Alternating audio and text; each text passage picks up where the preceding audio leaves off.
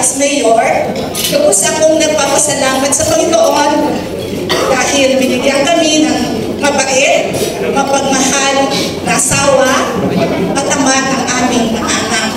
Maraming salamat, Daddy. Si Sar ay simpleng tao lamang. Masaya siya pag marami siyang natutulungan, lalo na pag siya ay naglilibre sa gamutan niya. At alam ko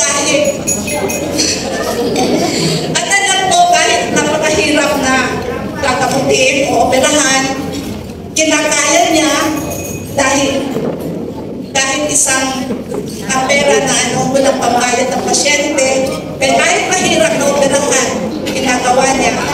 At dahil alam niya na kung ikaw ay tapat sa iyong tungkulin, magandang yung hangarin, nandyan ang Panginoon na kasama mo sa iyong trabaho.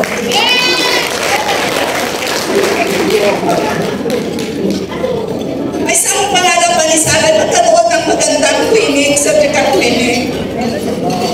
Kasi mga pasyente, napakainit o kung umulan, sila ay napakasal. At si Danny ay magkasalin niya. Hindi kami natutulog na hindi nag-rosary.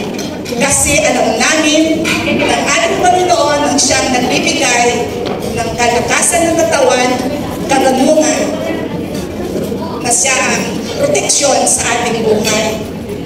Daddy, happy birthday!